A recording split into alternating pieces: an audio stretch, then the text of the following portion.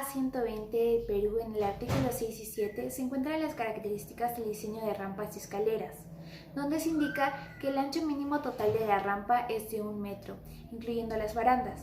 La pendiente de la rampa depende de la diferencia de nivel.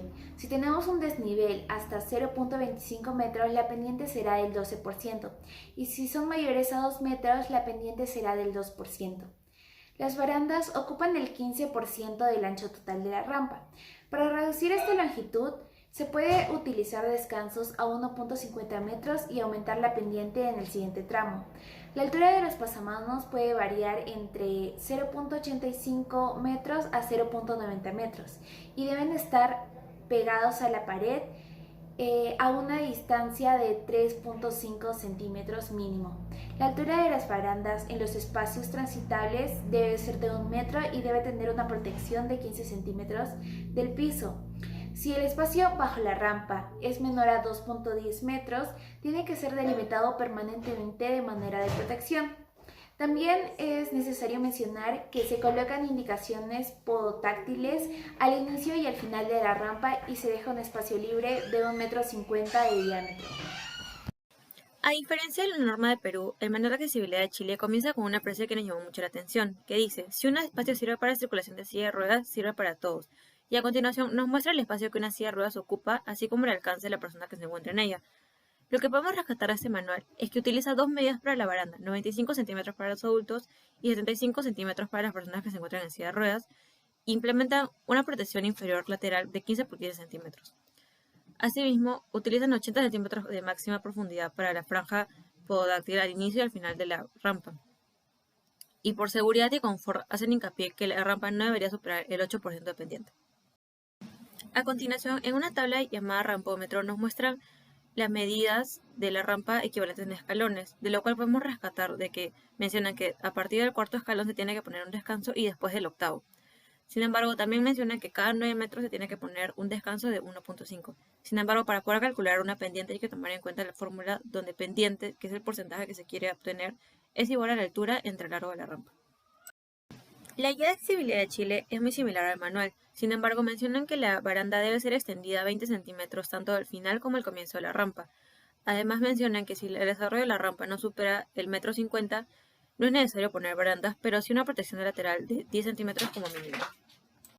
De acuerdo con la Manualidad de Accesibilidad de Colombia, se tienen determinadas medidas de un usuario en silla de ruedas en cuanto a su desplazamiento, ya que puede ser de manera autónoma o acompañada por terceros, de los cuales puede ser un peatón o un usuario con su misma discapacidad. Según la normativa colombiana, se debe tener un máximo de 12% como dependiente y de la longitud por tramo con máximo como 15 metros. Algunos requisitos para el diseño de rampas es que el piso debe ser firme, antideslizante y debe diferenciarse por textura y color tanto al inicio como al final de la rampa. El encuentro de la rampa con la calzada deben ser al mismo nivel, de manera que no debe haber ningún escalón ni un resalto para evitar áreas donde se pueda acumular el agua. Con respecto al manual establecido por España, el pavimento de la rampa debe cumplir con ciertos índices antideslizantes y será continuo. Las rampas de longitud inferior a 3 metros cumplirán con una pendiente máxima de 10%, los inferiores a 6 metros con una longitud máxima de 8% y para el resto de casos 6%. La longitud máxima de una rampa sin descanso es de 9 metros y la longitud mínima de una meseta entre tramos es de 150 centímetros. Seguidamente analizamos algunos referentes sobre el uso de rampas como principal composición en ciertos proyectos, como por ejemplo el del Centro de Día para Mayores localizado en España. Esta cuenta con una rampa que se desarrolla en 4 tramos para salvar un nivel de 350. Su pendiente está comprendida entre 6 y 8% según indica la normativa española. El color rojo del pasamanos consigue un contraste con el hormigón del pavimento para facilitar así su localización. Otro referente es la ordenación hidráulica del río Tajo localizada en España. Las rampas adquieren protagonismo en este proyecto debido a sus amplias longitudinales y se convierte en un elemento organizador de paseos entre lo que es la ciudad y el río. Todas las rampas están proyectadas con una pendiente inferior a 6% y una observación que hacemos es que la altura del pasamanos cumple con la normativa española, sin embargo su disposición es bastante escasa. En el Manual de Accesibilidad de Brasil encontramos distintas medidas para tener en cuenta en el desarrollo de una rampa, como son las visuales desde un usuario en silla de ruedas, las rotaciones que éste realiza y la circulación en línea recta. Se dispondrá de medidas establecidas como es la altura del pasamanos, los anchos de los descansos, los diámetros del pasamanos, la protección lateral para evitar los accidentes y finalmente tenemos que tener en cuenta que el pasamanos no debe ser interrumpido en el recorrido, sino debería prolongarse más allá de la rampa, tanto al final como al inicio. Ahora hablaremos de México. Para este análisis se toma en cuenta el Manual de Normas Técnicas de Accesibilidad y normas y especificaciones para estudios, proyectos, construcciones e instalaciones de México. Estos apartados se conformaron tomando en cuenta la antropometría de los usuarios y los principios de diseño universal. Se consideraron a los usuarios que utilizan andador, muletas, que usan bastones, personas con acompañantes, personas con discapacidad visual y perros guías, con sillas de ruedas y finalmente personas que usan sillas con motor. Se muestran sus dimensiones, su alcance y el ángulo de rotación en caso de los elementos con ruedas. Con respecto a las rampas, el reglamento especifica que la rampa debe tener una pendiente máxima permisible de 6% y debe contar con descansos de 150 centímetros al inicio y al término de la rampa. Y si se tiene una rampa de más de 600 centímetros, se debe considerar un descanso intermedio de 150 centímetros de diámetro.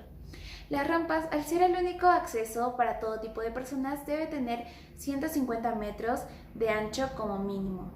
Finalmente se consideraron que se coloquen pasamanos a ambos lados de la rampa de 3.8 centímetros de diámetro con un color que contraste al color de la rampa y se coloquen a 90 centímetros y a 75 centímetros del nivel del piso terminado.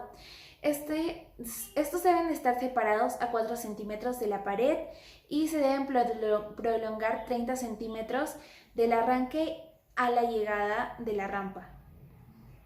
También se menciona que cuando la pendiente es mayor a 5%, se debe contar con un pavimento táctil de advertencia al principio y al final del tramo de la rampa, con una longitud mínima de 0.30 metros.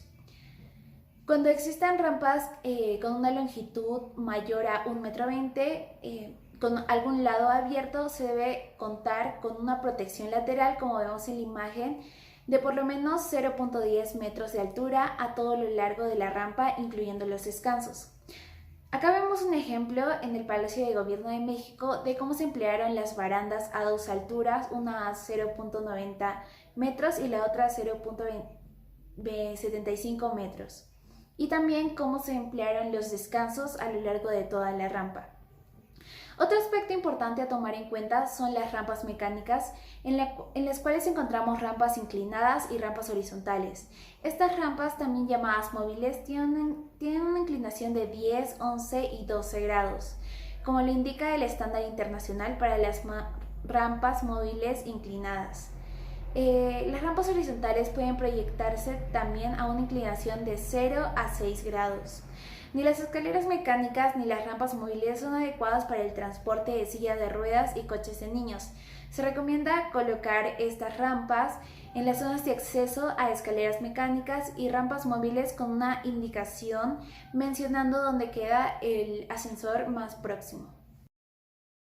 Para calcular la distancia que una rampa va a ocupar, en este caso una de dos tramos, tenemos que tener en cuenta dos cosas: la pendiente con la cual queremos trabajar, que sería 8%, y la altura de cubrir, que en este caso es de 2.8 metros. Luego, con la fórmula que ya tenemos, reemplazamos los datos, siendo de esta manera 8% es igual a 2.8 metros entre x, que es la incógnita a encontrar.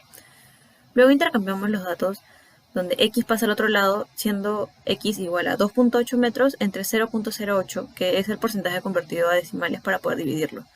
Esto nos da como resultado 35 metros, lo cual, al ser una rampa de dos tramos, tenemos que dividirlo entre dos. Entonces el tramo total que va a ocupar la rampa sería de 17.5 metros. Finalmente, lo que podemos rescatar de otros países es: de Chile la baranda con dos alturas y una pendiente para la rampa de 8%, de México que se consideran las medidas para los acompañantes de personas con sillas de ruedas e incluso perros guías, de España el uso del material antideslizante y el ancho ideal de 1.5 para la rampa, y de Brasil la prolongación de la baranda al inicio y al final de la rampa de 45 centímetros.